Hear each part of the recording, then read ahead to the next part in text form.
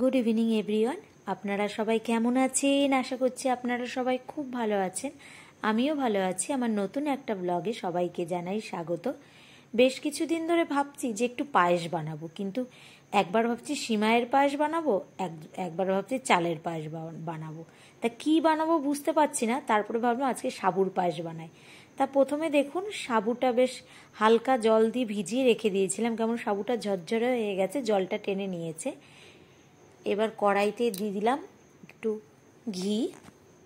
আর ইতিমধ্যে আমার ব্লগ চ্যানেলে আমি সাবুর খিচুড়ি প্লাস সাবুর পকোড়া ভিডিওটা শেয়ার করেছি।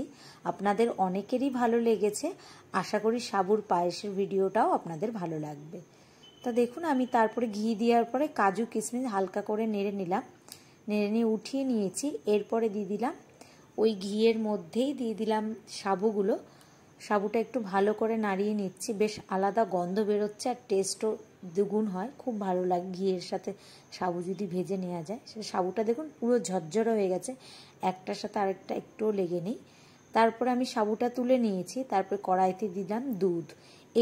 এই দুধটা আছে না, গোল্ডেন কাউ হেরিটেজের, এই দুধটা না খুব ভালো, হায়দ্রাবাদে পাওয়া যায়। এই দুধটা আমি খুব ঘন আর খুব ভালো।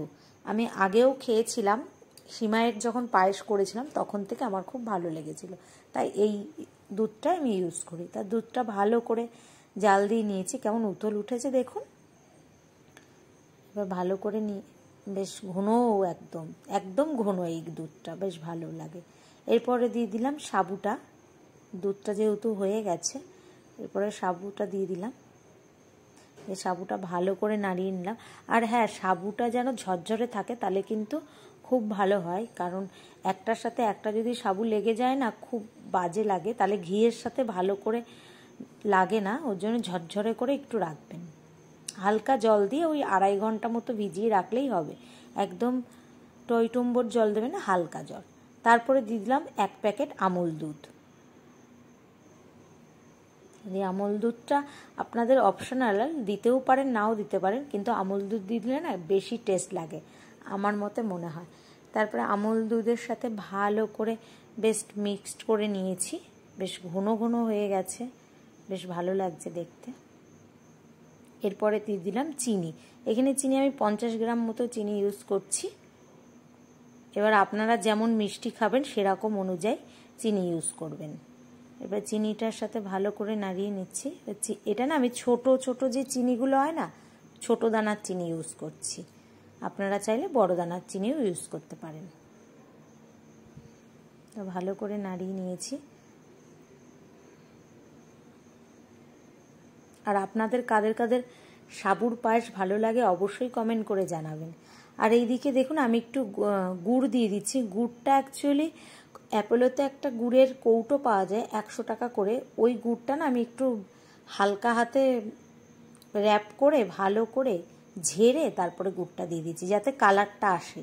কালারটা বেশ মনে হবে যে পাটালি গুড় দিয়েছি, সেই জন্য আমি এটা দিয়েছি।